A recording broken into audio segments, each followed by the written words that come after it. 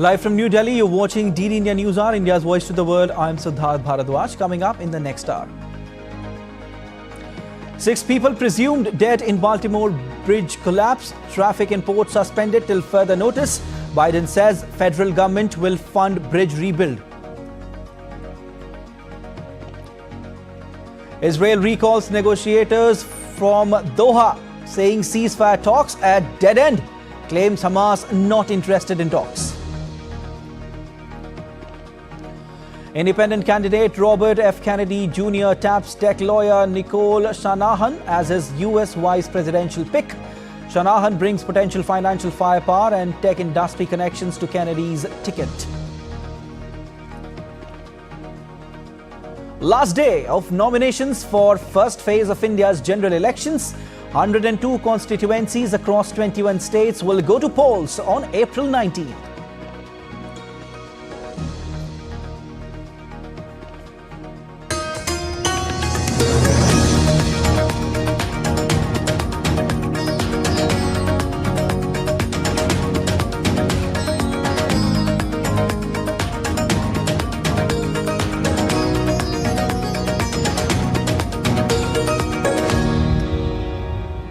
A major bridge in Baltimore collapsed after being hit by a freighter on Tuesday. 2 people were rescued and the remaining 6 are presumed dead.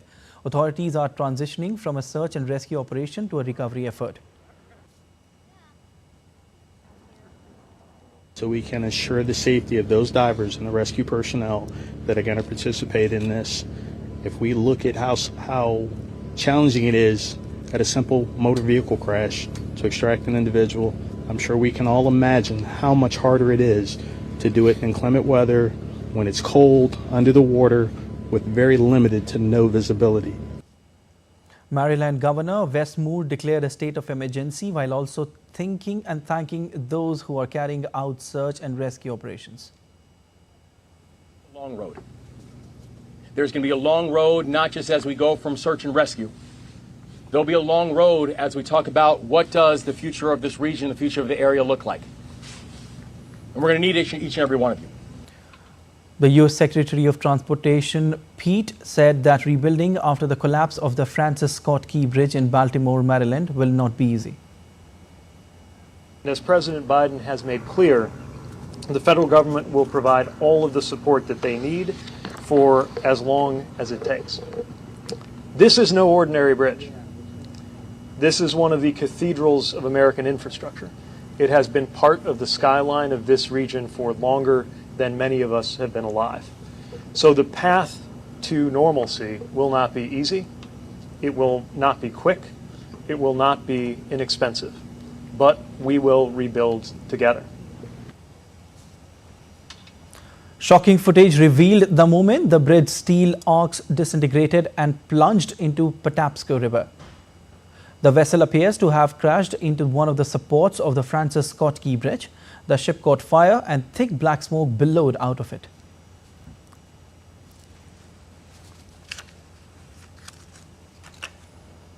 The U.S. Coast Guard has ended its search mission for 6 people thought to be lost when a container ship hit a major bridge outside the city of Baltimore. They had been working to repair parts of the road on the bridge when it was struck by a ship and came crashing down on Tuesday in dramatic scenes. Caroline Malone reports from Baltimore. Certainly officials have said, though, that this accident could have caused a lot more damage. There could have been a lot more injuries and potentially deaths, and that lives were saved by the Mayday call that came from the container ship as it left port and clearly realised that something was going wrong with the ship itself. So they've praised the people on the ship and saying that this Mayday call really did have an impact in preventing an even worse disaster. Potentially as many as 22 crew on board, including 2 pilots, with a good number of Indian nationals thought to be making up the crew. Certainly 2 of the pilots came from the Baltimore port. They're specialists in helping to get this type of huge container ship out of this type of harbour and into the sea, which is pretty common practice globally when it comes to the size of container ship. And this was an absolutely vast container ship, nearly 1,000 foot long, very heavy tonnage.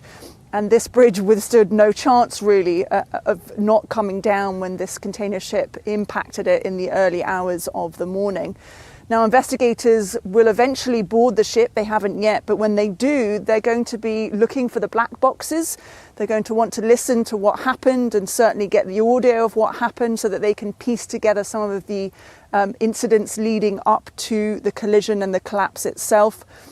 The suggestion being so far that certainly looking at the videos, it appears that the container ship lost its electrics. The lights were going on and off just before the collision happened.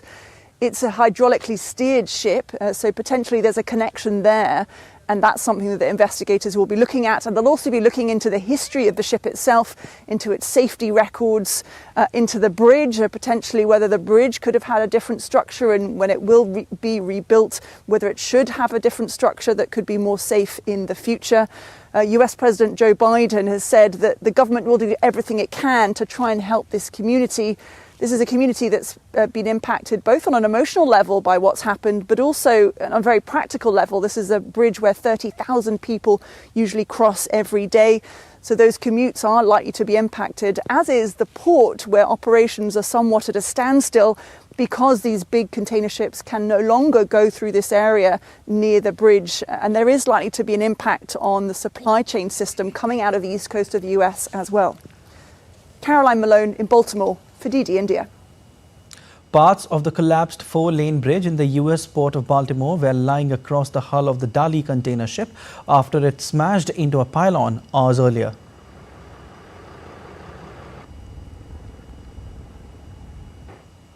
US President Joe Biden has convened a meeting with the senior members, taking a brief on the collapse of Baltimore's Francis Scott Key Bridge. In the meeting, US President has directed administration to ensure every federal resource available to respond to this terrible incident. It's my intention that the federal government will pay for the entire cost of reconstructing that bridge, and I expect the Congress to support my effort. This is going to take some time. The people of Baltimore can count on us, though, to stick with them at every step of the way until the port is reopened and the bridge is rebuilt. The White House has issued a statement indicating no reason to believe any intentional act in the incident. As per the statement, personnel on board the ship were able to alert the Maryland Department of Transportation that they had lost control of their vessel. As a result, local authorities were able to close the bridge to traffic before the bridge was struck, which undoubtedly saved lives. And India extended its condolences to all the affected in the Baltimore bridge collapse incident, putting it on social media platform X.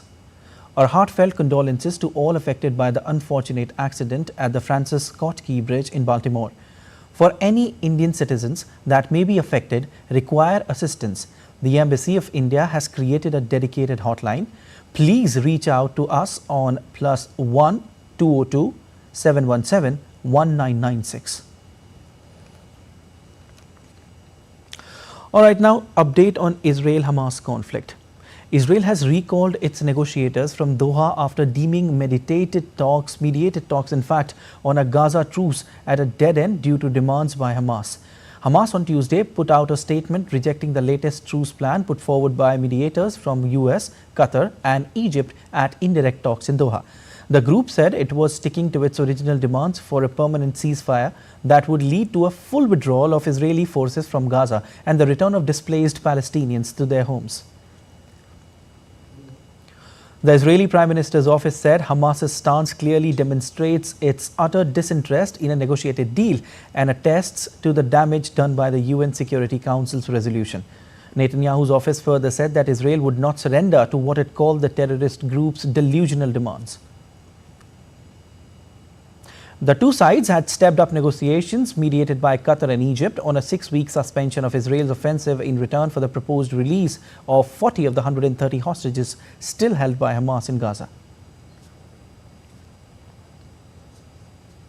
The United States on Tuesday said that Israel's assertion that the UN Security Council resolution calling for an immediate ceasefire between Israel and Hamas obstructs hostage negotiations is inaccurate and unfair. That statement, which I believe said that Hamas pulled out of the hostage talks, or Hamas rejected the most recent proposal because of the United Nations Security Council resolution. That statement is inaccurate in almost every respect, and it is unfair to the hostages and their families. And protests continue in Israel for the immediate and safe release of hostages held by Hamas terrorists in Gaza. In Tel Aviv, a crowd of hostage families and their supporters gathered outside the Israeli Defense Headquarters on Tuesday, demanding a deal be made as soon as possible to release their loved ones. Some locked themselves into cages in protest, while others held up photos of their loved ones.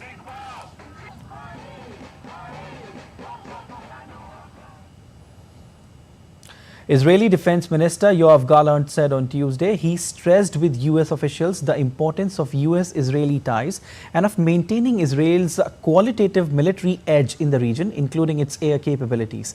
Gallant said he also discussed the hostages held in Gaza, humanitarian aid efforts, and how Israel plans to destroy Hamas. Israeli Defense Minister also said a local alternative must be built up to govern Gaza after Hamas is defeated. Gallant was speaking to reporters during his second day of the meetings with senior US officials in Washington. The meeting between the two came after Netanyahu on Monday cancelled a separate visit to Washington by two of his most senior aides who were due to hear US ideas about operational alternatives.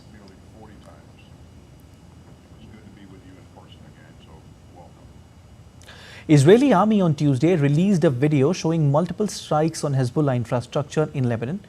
According to captions on the released footage, the targets included a military compound in Farkala, a weapons storage facility in Hanain, and terrorist infrastructure in Beit Yahon.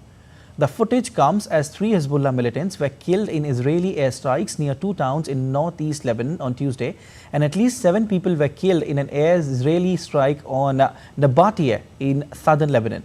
Hezbollah and the Israeli army have been trading fire since October in the worst cross-border violence since they fought a month-long war in 2006. US presidential candidate Robert F. Kennedy Jr. has announced Silicon Valley lawyer and philanthropist Nicole Shanahan as his running mate. Kennedy named Shanahan as the ex-wife of Google co-founder Sergey Brin at campaign event that included attacks on pharmaceutical industry and COVID lockdowns. With the choice, Kennedy bypassed better-known potential candidates, including National Football League star Aaron Rodgers. Kennedy is backed by 15% of registered voters versus 39% for Biden and 38% for Trump. The Democratic National Committee and many political strategists say Kennedy's campaign could be a spoiler in the 2024 election that would help elect Trump. Venezuelan opposition leader Maria Corina Machado confirmed that she will remain on the electoral path to Venezuelan presidential elections on July 28. However, Machado did not explain how she would do this, given the inability of her party, Democratic Unity Platform, to register its new candidate, Corina Llores. Llores was chosen on Friday following the disqualification of Machado from running for public office and elections until 2036. The registration period for presidential candidates began on March 19 and ended on March 25th. Machado has faced increasing political repression from the government of President Nicolas Maduro, which has accused her of having links to an alleged anti-government plot. Another opposition candidate, the governor of Zulia state, Manuel Rosales, said that it is committed to the electoral path even under the worst conditions and rejected the option for abstention. While Indonesia's losing presidential candidate Anies Baswedan laid out his challenge in court to last month's election on Wednesday, he alleged interference by the state and urged a rerun and disqualification of winner Prabowo Subianto. Anies added that the election showed that world's third largest democracy was at risk of sliding back into its authoritarian past. The administration of outgoing President Joko Widodo has rejected allegations it interfered in the election. Prabowo, who won highest share, has promised to continue his agenda of infrastructure modernization, jobs creation and development of downstream industries for the country's vast mineral resources.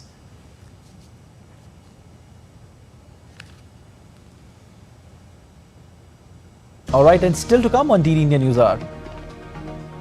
WikiLeaks founder Julian Assange will remain in British custody for at least 3 months, 3 more weeks. In a suicide blast in Pakistan, 5 Chinese nationals were killed.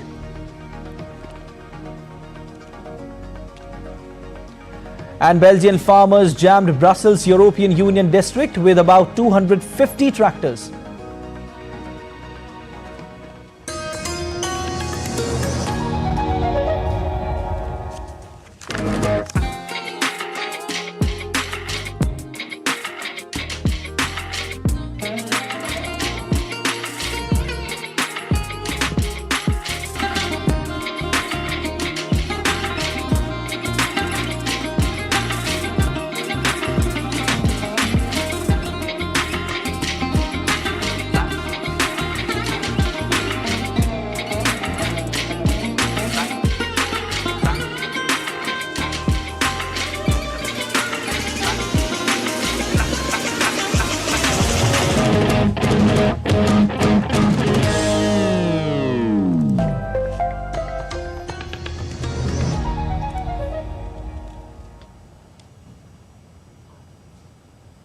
You're watching DD India News Hour. I'm Siddharth Bharadwaj. WikiLeaks founder Julian Assange will remain in British custody for at least 3 more weeks after a UK court postponed making a decision on extradition until it could get guarantees from the US. He faces 18 charges related to his publication of sensitive intelligence on the whistleblowing website and has been fighting to avoid American prison for over a decade. Stuart Smith reports from outside the High Court in London.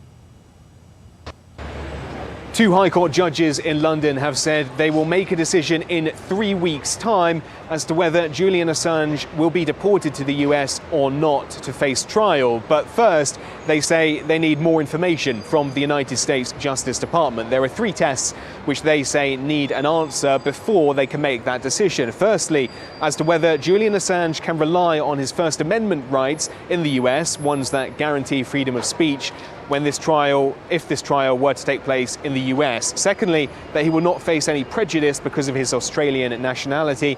And finally, that he will not be sentenced to death if convicted. If the judges hear back from the US Justice Department within that 3-week period, then, and they convince the judges that all those 3 criteria will be met, then Julian Assange will face deportation. And at that point, the European Court of Human Rights will be the only way that he can face off that deportation threat. His supporters say that he should not be deported because of his severe mental and physical vulnerabilities due to being in prison for 5 years here at a maximum security prison.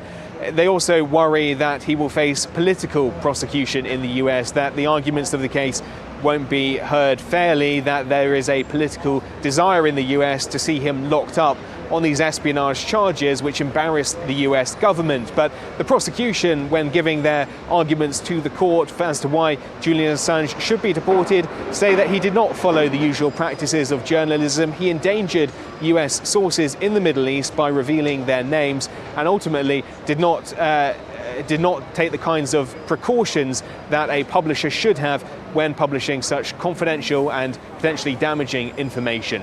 Stuart Smith in London, reporting for DD India. The Islamabad High Court judges have urged the Supreme Judicial Council to convene a judicial convention over the alleged interference of Pakistan's inter-services intelligence in judicial matters.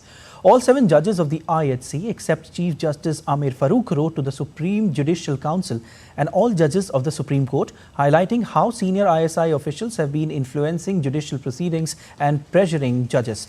In a letter to the SJC, the High Court judges sought guidance from the Council on the interference of the spy agencies in courts' affairs.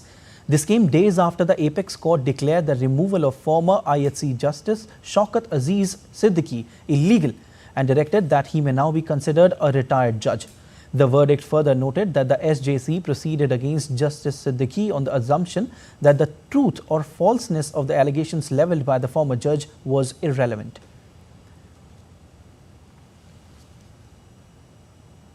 In Pakistan, 5 Chinese nationals were killed in suicide blast in Pakistan's Khyber Pakhtunkhwa province. The suicide bomber rammed an explosive-laden vehicle into a convoy of Chinese engineers that was on way to their camp at Dasu from Islamabad. The Chinese engineers were working on a dam project in northwest Pakistan. This was the 3rd major attack on Chinese interests in the South Asian country in a week. The first 2 attacks targeted a Pakistan naval air base and strategic port used by China in southwest province of Balochistan, where Beijing is investing heavily in infrastructure projects. No one claimed responsibility for Tuesday's attack.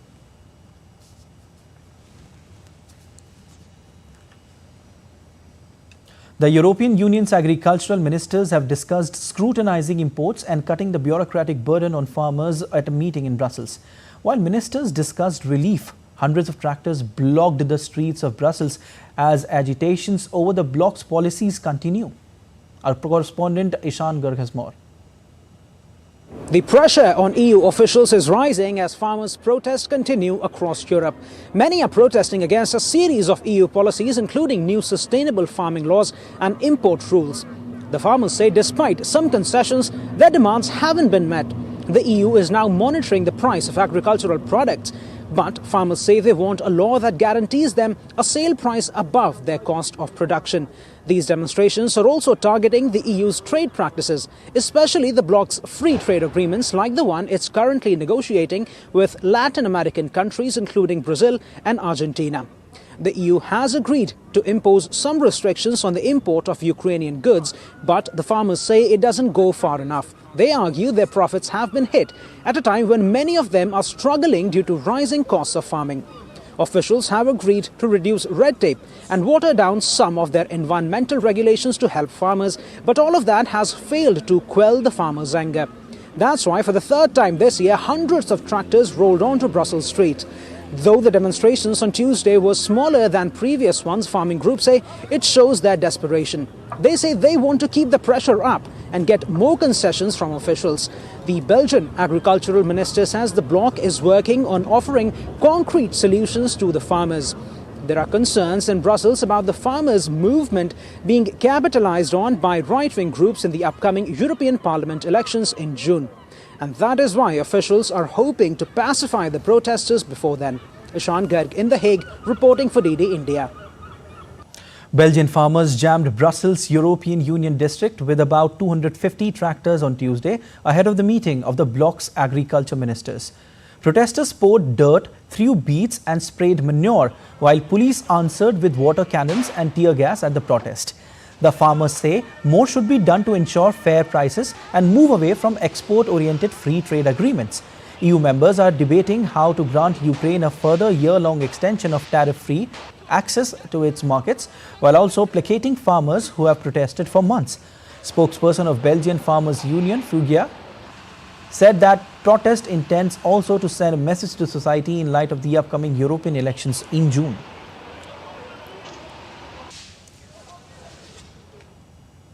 Ukraine's President Volodymyr Zelensky has replaced the top security official in new reshuffle on Tuesday. The Ukrainian president dismissed Oleksiy Danilov, Secretary of Ukraine's National Security and Defense Council, and replaced him with Alexander Litvinenko as Chief of Foreign Intelligence, according to decrees published on the presidential website. Oleksiy Danilov, the outgoing Secretary of the National Security and Defense Council, had held his position since October 2019, just months after Zelensky took office.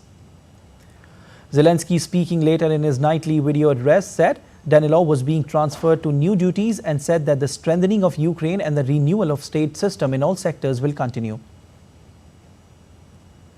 I appointed Alexander Litvinenko as the new Secretary of the National Security Council.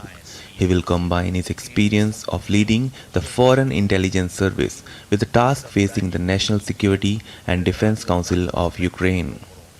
In general, I expect the strengthening of the strategic capabilities of our state to predict and influence the processes on which the national security of our state depends.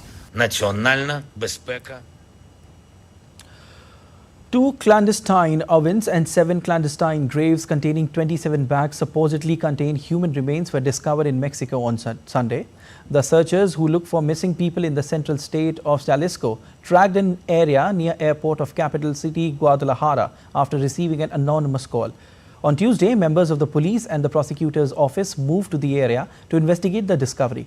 Over 100,000 people are missing in Mexico, according to official data, largely as a result of drug cartel violence. The Ecuadorian President Daniel Noboa visited police in the port city of Guayaquil in the following Operation against organized crime that saw 17 people detained and property seized. The National Police of Ecuador reported the operation started on Tuesday with an aim to take on crimes such as extortion, weapons possession, kidnapping and drug trafficking. Noboa arrived at police facilities wearing a helmet and bulletproof vest and escorted by uniformed agents. The raid took place in the Socio Vivienda neighborhood. The agents raided 130 buildings and seized 114 pounds of drugs and firearms, among others.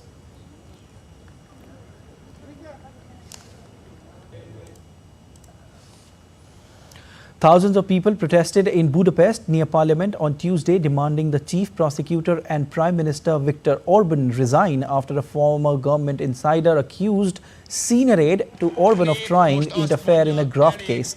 Protesters marched from the chief prosecutor's office towards Parliament. Peter Magyar earlier published a recording of conversation with Judith Varga, then his wife and Hungary's justice minister, in which she detailed an attempt to remove certain parts from documents in a graft case.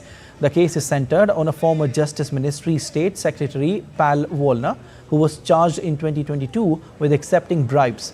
Both have pleaded not guilty. Prosecutors are seeking jail terms for the pair. Prosecutors said in a statement that would analyze the tape and further evidence would be collected.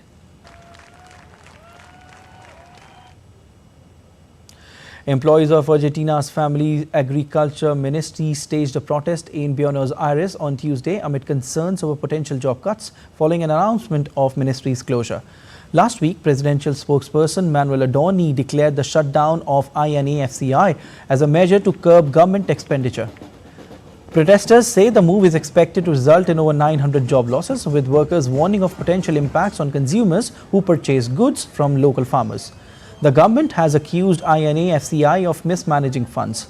However, the workers said that they did not belong to the elite corruption rings that are the focus of President Javier Milei's policies.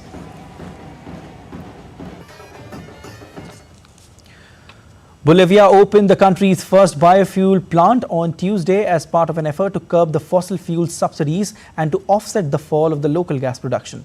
Last year, Bolivia invested over $1.8 billion to subsidize hydrocarbon fuels and $2.9 billion to import fuel and diesel.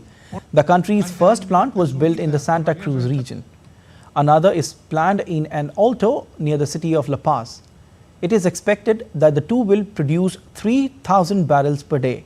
In 2025, the country plans to open an HVO renewable diesel plant that is expected to produce 9,000 barrels per day using raw materials like crude oil, animal fats, among others. Enterprises on the Canadian side of Niagara Falls are ramping up preparations to welcome 1 million people expected to throng the region on 8th of April to experience a rare solar eclipse. The region in and around Niagara Falls are enticing spectators with vintage trains, eclipse in a vineyard and viewing events at universities to witness the rare total solar eclipse. The solar eclipse is the first since 1979 in Canada and 2017 in the United States. The rare opportunity to watch the eclipse and hear the sounds of the crashing waterfalls has enticed many people to splurge on hotels and rental in advance and experience the once-in-a-lifetime phenomenon with the best views.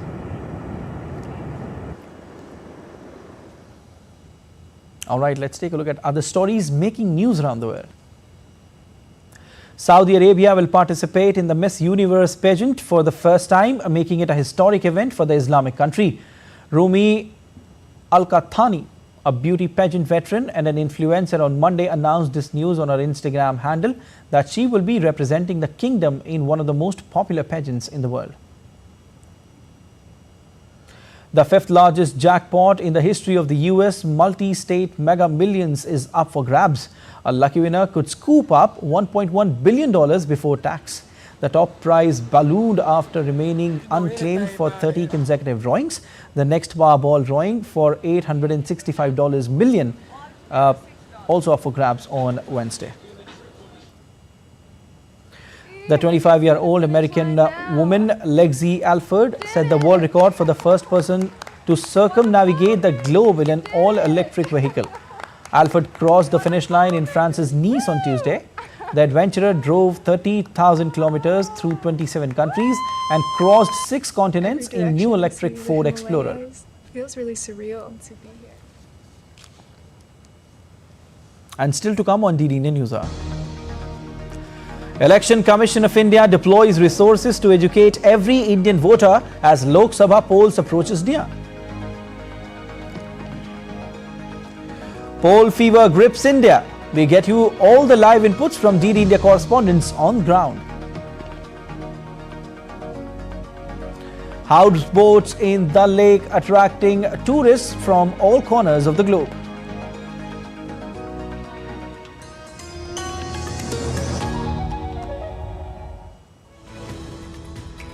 We just don't bring you the news as it unfolds. We get to the heart of the matter. We don't just present facts. We demystify complex social, political and economic events. We break stories that shape the world's present and future because you deserve the truth. I am Tanvi Taneja from New Delhi. I'm Ollie Barrett from London. I'm Nick Harper from Washington, D.C. Join us on DD India Global Monday to Friday at these times.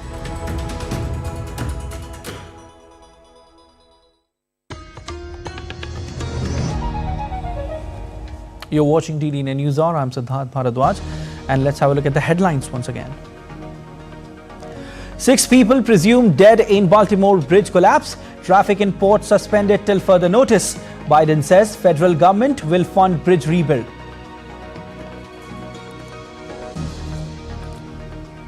Israel claims UN ceasefire, calls hindered negotiation with Hamas even as fighting continues in Gaza. Qatar says talks underway between Israeli and Hamas representatives via mediators in Doha aimed at ending the fighting. Independent candidate Robert F. Kennedy Jr. taps tech lawyer Nicole Shanahan as his US vice presidential pick. Shanahan brings potential financial firepower and tech industry connections to Kennedy's ticket.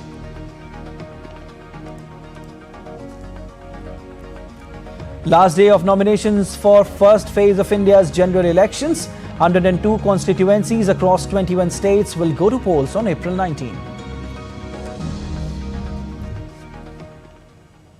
Alright, let's get you the latest on what's happening in India in the run-up to the world's largest democratic elections.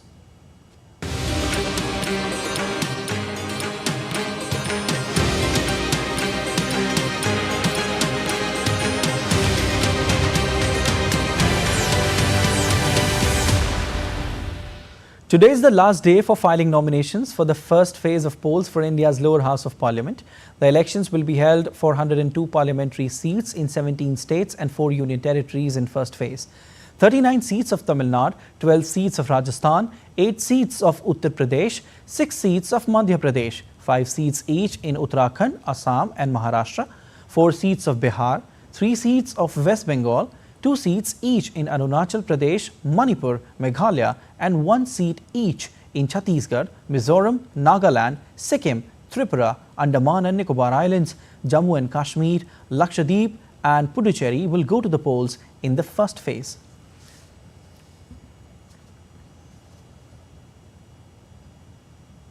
Coimbatore constituency in Indian state of Tamil Nadu is set to witness a triangular contest. BJP state president K. Annamalai, who is contesting from Coimbatore in the South Indian state of Tamil Nadu, held meeting with party workers on Tuesday. Coimbatore, which is one of 39 constituencies in Tamil Nadu, houses 6 assembly seats. While AIA-DMK has fielded G. Ramachandran from Coimbatore parliamentary constituency, G. Ramachandran filed his nomination on Tuesday, while DMK has fielded Ganapati Rajkumar from Coimbatore. The polling in Tamil Nadu's 39 parliamentary seats will be held in the first phase on a single day on April 19. Senior BJP leader and India's Union Minister Nitin Gadkari is seeking his 3rd term for India's lower house of parliament. He will contest polls from Nagpur constituency in Indian state of Maharashtra. Congress party has fielded Nagpur West MLA Vikas Thakre as candidate from Nagpur constituency. In the first phase, Nagpur, Gadchiroli, Chimur, Bandara, Gondia, Chandrapur and Ramtek will go to polls in Maharashtra. A meeting of the Central Parliamentary Executive Committee of NCP Sharad Pawar Group will be held in Mumbai today. The meeting will discuss and determine candidates for elections to India's lower house of parliament. This was informed by party's Maharashtra chief spokesperson Mahesh Tapase. Rashtravadi Congress party शरद चंद्र पवार इस पक्ष की राष्ट्रीय parliamentary board की बैठक बुधवार मुंबई में राष्ट्रवादी party के कार्यालय में संपन्न होने वाली है। इस बैठक की अध्यक्षता राष्ट्रीय अध्यक्ष पवार साहब के नेतृत्व में होगी और यहाँ पे लोकसभा चुनाव में जो हमारे प्रत्याशी खड़े होंगे उसके संदर्भ में चर्चा होगी। चुनाव को लेके बाकी भी जो अहम चीजें हैं ये सभी चीजों पे चर्चा होगी। And as the poll fever grips India, the excitement is certainly building up. It's the first phase of the elections. Remember, the elections, the Lok Sabha polls will be held in 7 phases. Now, to get you more details, I've been joined by our correspondent Dibyendu Mondal, who's here in the newsroom, and also Prasenjit Bakshi, who's here in Kolkata. Now, to begin with, Dibyendu, 7 seats, lots of excitement, in the national capital. Take us through the voting process, Dibyendu, and how are political parties gearing up for the upcoming elections? Well, Siddharth, the first phase of election will, of course, be in almost 17 states. I believe the first phase, which begins on the 19th of April, is one of the largest election exercise in terms of, the number of seats that are going to polls in a single phase. So, the first phase, of course, there's a lot of excitements. There are about 17 states and multiple seats across these states. The whole of Tamil Nadu, the whole of Uttarakhand is polling on the during the first phase, which is on the 19th of April. So, of course, a lot of campaigning, a lot of buzz in these states where the first phase of election is happening. So, of course, one of the senior leaders of the BJP and Union Minister Nitin Gadkari will be also contesting from his traditional Nagpur seat. And which goes to polls in the first phase itself. So the BJP, the Congress, as well as all the regional parties are in full throttle for their campaigning, and it's just about less than 2 weeks left for the first phase of polling. So of course, there's a lot of excitement, a lot of buzz on the ground where the elections are happening and where the campaigning are in full swing. We are also given to understand that the Prime Minister will also begin his campaigning, for the elections this week itself.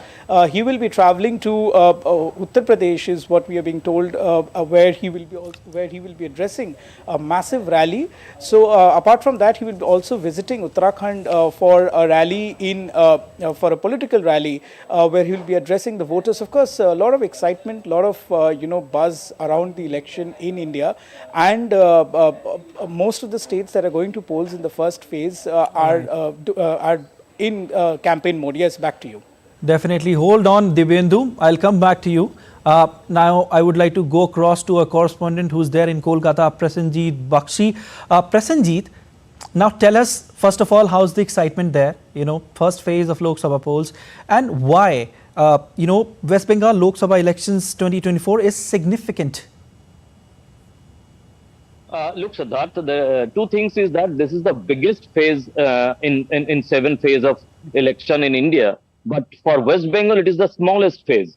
Only the 3 constituencies, it is Alipurduar, Cooch Behar and Jalpaiguri, the extreme north and adjacent to the neighboring state, Assam, and the neighboring country, Bhutan. So this is the phase which is considered by the Election Commission in the first phase. And now the very important part is that West Bengal is the 3rd largest in terms of number of seats in the country. That is first in Uttar Pradesh and second is Maharashtra and third is West Bengal, that is 42 seats. And this is very significant for both the regional stronghold of Trinamool Congress and BJP at the simultaneously, because BJP would.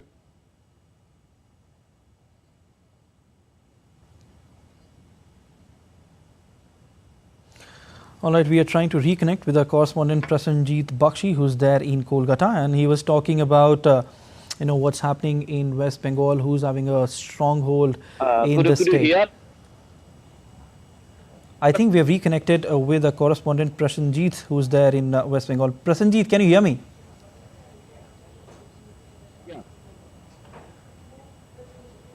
All right, let me just go across to a correspondent who's there in newsroom, Dibyendu. Dibyendu, tell us something about the current political landscape in Delhi, and you know what are masses saying. Of course, people have now started voting for the development. They have become more aware. Well, of course, Siddharth, you know, Delhi has 7 seats, and over the last 2 consecutive terms, both in 2014 and 2019, we have seen all the 7 seats in Delhi going to the kitty of the BJP. But this time around, also the BJP is hoping that all the 7 seats in Delhi goes into their kitty. But however, the Aam Aadmi Party, which is in power in Delhi, you know, is trying to ensure that they get at least 2 to 3 seats from the 7 seats in Delhi. Of course, you remember, Siddharth, the political slugfest that is happening in Delhi with regards to the arrest of the Chief Minister of Delhi, Arvind Kejriwal, and the and the Aam Aadmi Party wants to keep the pot boiling till the elections and would like to take some, you know, a pie out of it by ensuring that the sympathy for Arvind Kejriwal translates into votes. But however, whether that will happen on the ground or not is something that, of course, we'll come to know once the results are out on the 4th of June.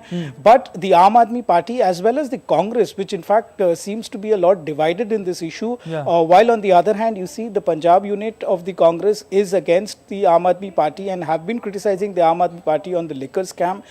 But here in Delhi we see a different Congress which is trying to you know, be on the side of the Aam Aadmi Party. The Aam Aadmi Party has also called for a, you know, nationwide, in fact, the national capital strike on the 31st of March. But however, the BJP is also trying to galvanize this moment, saying that how can a chief minister run a government from jail? So of course, the BJP will also keep this issue burning and will fight the election in Delhi on the planks of corruption. You remember 3 of their ministers, sitting ministers, are currently in jail, including the chief minister of Delhi. So of course, there has been some corruption is what the BJP is claiming. And the ED and the CBI are investigating these cases, and the BJP is also trying to ensure and put this word across to the voters of Delhi that see, the courts have been continuously denying bail to Manish Sisodia, who had been a sitting minister of Delhi, as well as Satyendra Jain.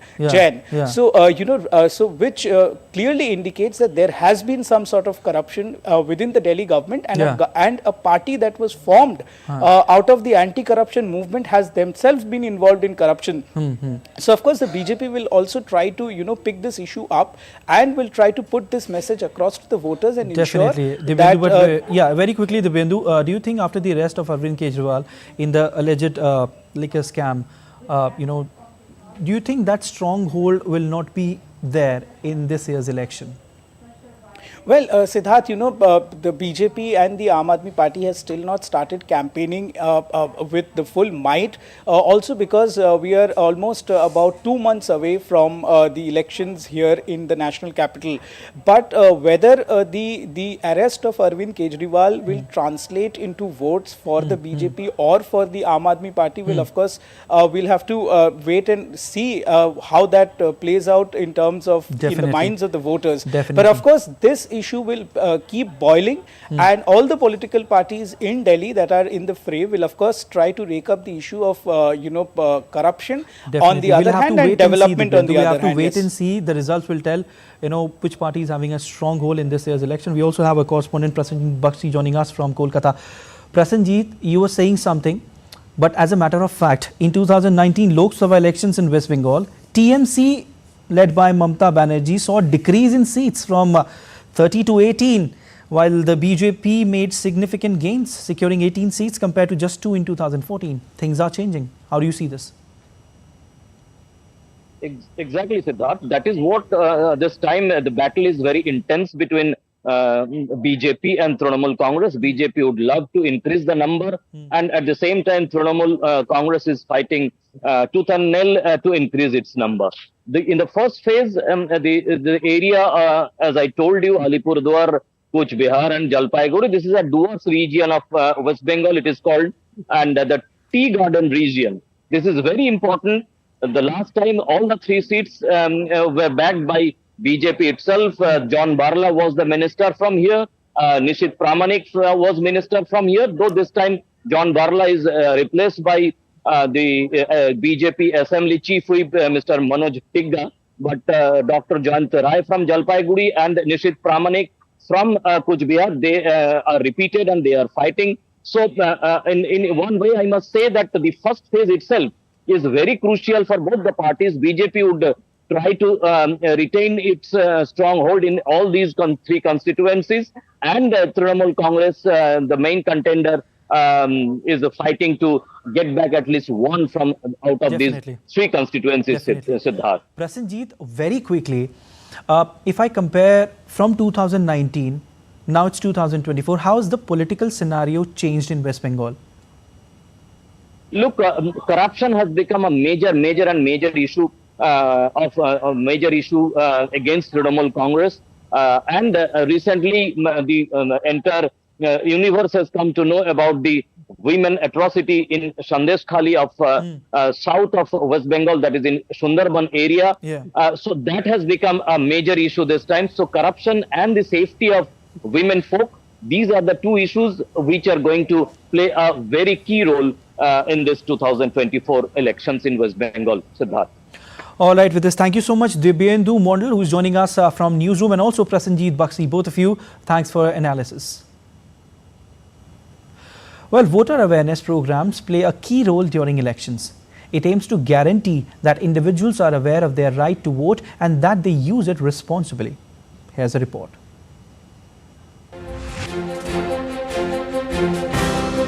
ये सिर्फ निशान नहीं, शान है। लोकतंत्र में हमारा भी योगदान है। मेरा वोट, मेरी duty.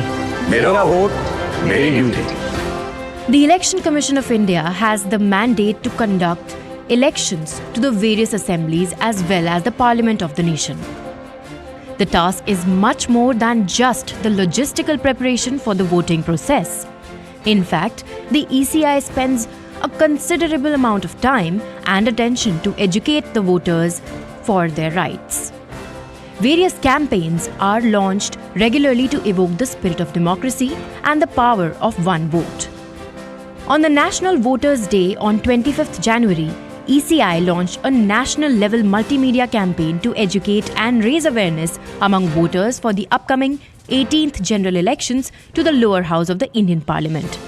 Titled Chunav Ka Parv, Desh Ka Garv, or Elections, the biggest festival and pride of the nation.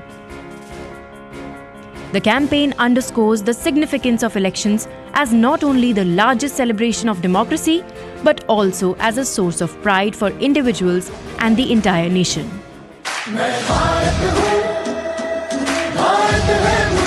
To fuel the spirit of voting even more, an anthem was also released by the Election Commission of India's Systematic Voters Education and Electoral Participation, or SWEEP program, to enhance participation from all categories of voters under the organization's motto, No Voter to be Left Behind.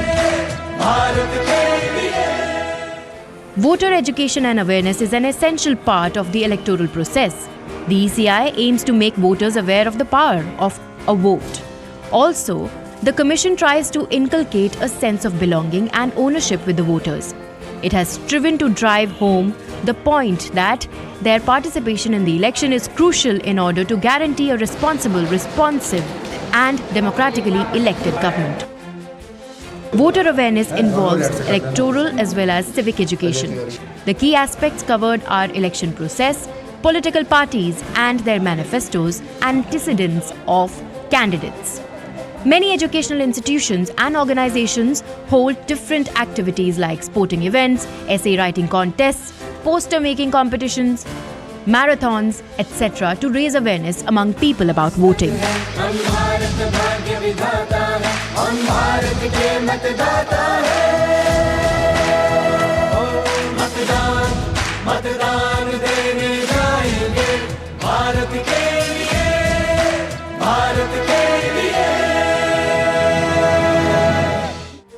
Various awareness efforts make the electoral process a national festival of celebrating one's choice and every citizen's understanding of their right as voters. Bureau Report, DD India. Floating Crown houseboat in the picturesque Dal Lake has long been synonymous with the vibrant houseboat community, attracting tourists from all corners of the globe. Tourists can enjoy lake view and mountain view from houseboat. The houseboats come with a front-seated balcony, a sun deck and a small shared kitchenette, a common living room and dining area. And still to come on DD India News Hour. Shivam Dube, Rachin Ravindra stars in CSK's takedown of Gujarat Titans in a repeat of last year's IPL final. And Sunil Chhetri's 150th game for India ends in loss as they slump to 1-2 defeat to Afghanistan at home in FIFA World Cup 2026 qualifiers.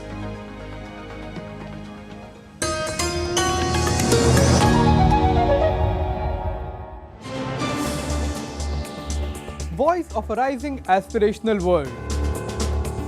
Stories of challenges, struggles and accomplishment. A world battling conflict, hunger and poverty. Embracing growth, development, science and technology. A voice of progress, a voice of unity. Watch Voice of the Global South with me, Akshay Dongre, only on DD India.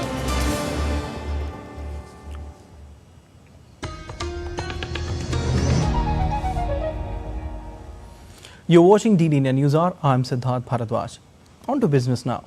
India's current account deficit narrowed to $10.5 billion or 1.2% of gross domestic product in the third quarter between October-December of FY 2024 from $16.8 billion or 2% of GDP in the year-ago quarter, RBI data showed. In the second quarter of FY 2024, the country current account deficit stood at $11.4 billion or 1.3% GDP. Current account deficit is the difference between exports and imports of goods and services. It's a key indicator of the country's external sector. According to RBI, services exports grew by 5.2% in the third quarter on a year-on-year basis on the back of rising exports of software, business and travel services.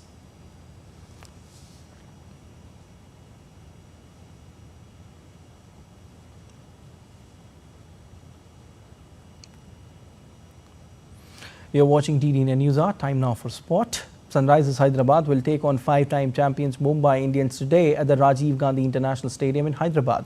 Sunrisers narrowly lost to Kolkata Knight Riders in their opening fixture as they fell short by 4 runs in a chase of 209.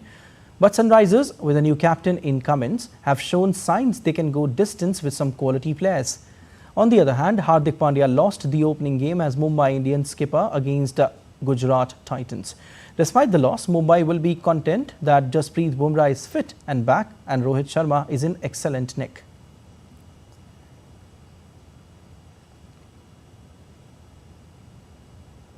Well, also in the IPL, Chennai Super Kings produced a clinical display to outwit Gujarat Titans by 63 runs in the IPL match on Tuesday. Asked to take set target, CSK dished out a solid batting display to post a challenging 206 for 6. In response, GT could manage just 143 for 8 in their allotted 20 overs. Shivam Dube smashed a quick-fire 50 while CSK captain Ruturaj Gaikwad and Rachin Ravindra made crucial contributions. Deepak Chahar, Mustafizur Rahman and Tushar Deshpande took 2 wickets apiece as Chennai Super Kings made it to wins out of 2. Sunil Chhetri's 150th game for India ends in loss as India were beaten by Afghanistan in the second round of FIFA World Cup 2026 qualifiers at Indira Gandhi Athletic Stadium in Guwahati on Tuesday. Captain Sunil Chhetri's 150th international game went in vain as the Blue Tigers conceded the match despite leading for quite some time. The loss to a second-string Afghanistan had a significant effect on the table and India's chances to progress to the third round of Asian qualification process for the upcoming FIFA World Cup.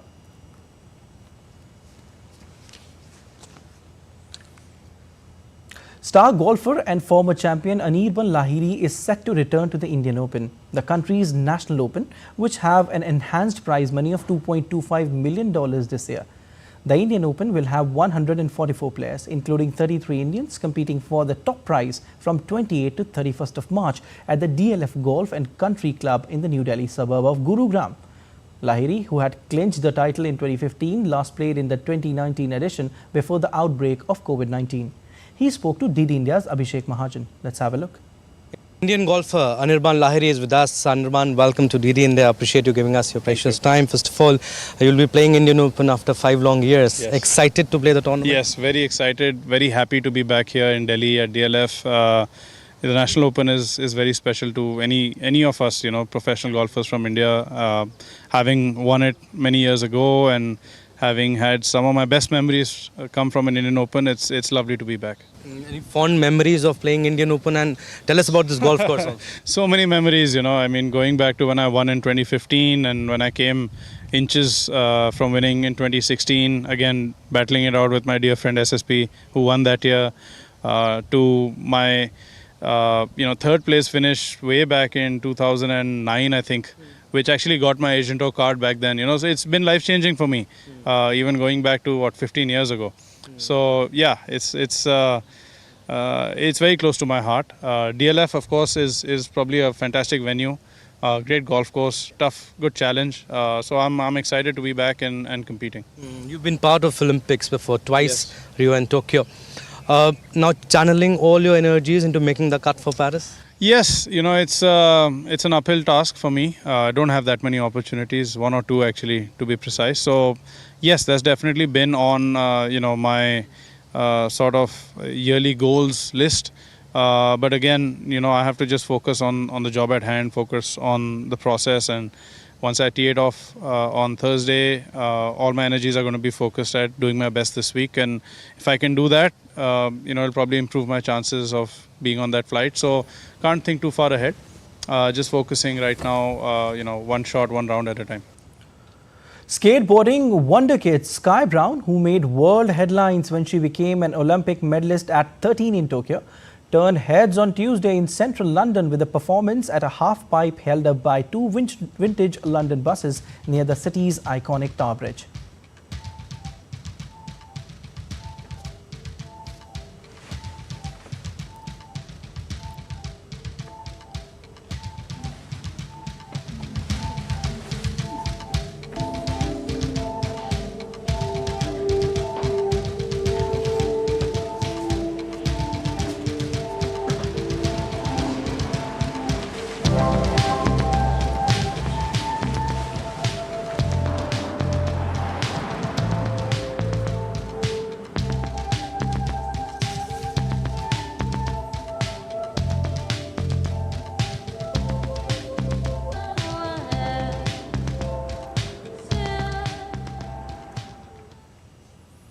That's all for this edition of DD India News Hour, but let us know your thoughts on the news of the day. You can connect with us on Facebook, X formerly known as Twitter, and Instagram. We'll be back with more news as it breaks here on DD India. I'm Siddharth Bharadwaj from all of us here in Delhi. Thanks for watching DD India News Hour.